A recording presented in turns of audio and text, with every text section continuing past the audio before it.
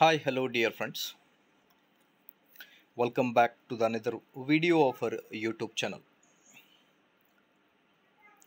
ಇಂದಿನ ಈ ಒಂದು ವಿಡಿಯೋದಲ್ಲಿ ಸರ್ಕಾರಿ ನೌಕರರ ಕುರಿತು ಮತ್ತು ಪಿಂಚಣಿದಾರರ ಕುರಿತು ಒಂದು ಬಿಗ್ ಬ್ರೇಕಿಂಗ್ ಅಪ್ಡೇಟ್ ಅನ್ನು ತಮ್ಮೊಂದಿಗೆ ಶೇರ್ ಮಾಡ್ತಾ ಇದ್ದೀನಿ. ವಿಡಿಯೋನ ಸ್ಟಾರ್ಟ್ ಮಾಡೋದಕ್ಕಿಂತ ಮುಂಚೆ ವೀಕ್ಷಕರೇ, ನೀವು ಕೊಡುವ ಒಂದೇ ಒಂದು ಲೈಕ್ ನಮಗೆ ಸಪೋರ್ಟ್ ಆಗಿರುತ್ತೆ. ದಯಮಾಡಿ ವಿಡಿಯೋನ ಲೈಕ್ ಮಾಡಿ, ಅದರ ಜೊತೆಗೆ ನಮ್ಮ ಯೂಟ್ಯೂಬ್ ಚಾನಲನ್ನು ಕೂಡ ಸಬ್ಸ್ಕ್ರೈಬ್ ಮಾಡಿಕೊಳ್ಳಿ. ಹೊಸ ವರ್ಷದ ಹೊಸ್ತಿಲಲ್ಲೇ ಸರ್ಕಾರಿ ನೌಕರರು ಪಿಂಚಣಿದಾರರಿಗೆ ಶಾಕ್ ನಿಯಮಗಳಲ್ಲಿ ದೊಡ್ಡ ಬದಲಾವಣೆ ಸಿಗುವುದಿಲ್ಲ. ಪಿಂಚಣಿ ಗ್ರ್ಯಾಚ್ಯುಟಿ ಏನಿದೆ ಮಾಹಿತಿ ಅನ್ನೋದ್ರ ಬಗ್ಗೆ ಡೀಟೇಲ್ ಆಗಿ ನೋಡ್ತಾ ಬರೋಣ. ಸೊ ಕ್ಷಣ ಕ್ಷಣದ ಅಪ್ಡೇಟ್ಗೋಸ್ಕರ ಕೈಂಡ್ಲಿ ಸಬ್ಸ್ಕ್ರೈಬ್ ಮಾಡಿಕೊಳ್ಳಿ ನಮ್ಮ ಯೂಟ್ಯೂಬ್ ಚಾನಲನ್ನು ಕೂಡ.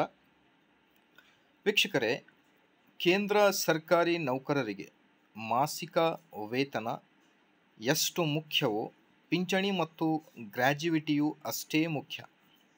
ಆದರೆ ಇತ್ತೀಚೆಗಿನ ಸರ್ಕಾರದ ನಿರ್ದೇಶನವು ನೌಕರರಿಗೆ ಹೊಸ ಆತಂಕವನ್ನು ಸೃಷ್ಟಿಸಿದೆ.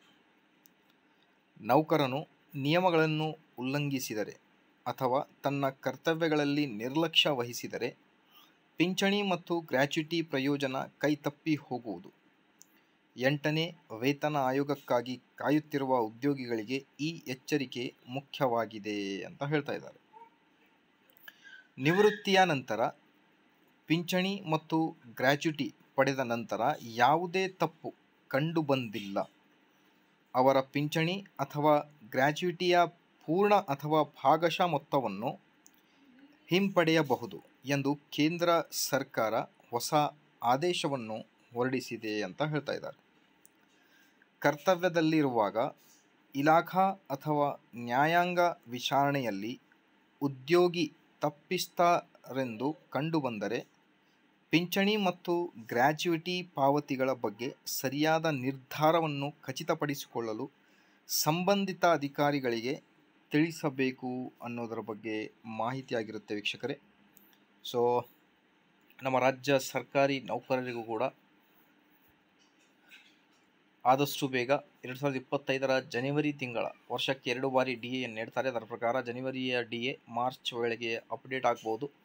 ಕೇಂದ್ರ ಸರ್ಕಾರಿ ನೌಕರರಿಗೆ 3% ಮತ್ತೆ ಡಿ ಎ ಬಂದರೆ ನಮ್ಮ ರಾಜ್ಯ ಸರ್ಕಾರಿ ನೌಕರರಿಗೂ ಕೂಡ ಡಿ ಎ ಜಾರಿ ಆಗುತ್ತೆ. ಅದರಲ್ಲೂ ಕೂಡ ಪ್ರಮುಖ ಎರಡು ಆರ್ಡರ್ ಕೂಡ ಬರೆದಿದೆ. NPS 2OPS ಮತ್ತು ಇನ್ನೊಂದು ಆರೋಗ್ಯ ಸಂಜೀವಿನಿ ಯೋಜನೆ ಕುರಿತು. ಆದಷ್ಟು ಬೇಗ ಎಲ್ಲ ಆರ್ಡರ್ ಬರಲಿ. ಇದೇ ಥರ ಮಾಹಿತಿಗೋಸ್ಕರ please like, share and subscribe. Thank you.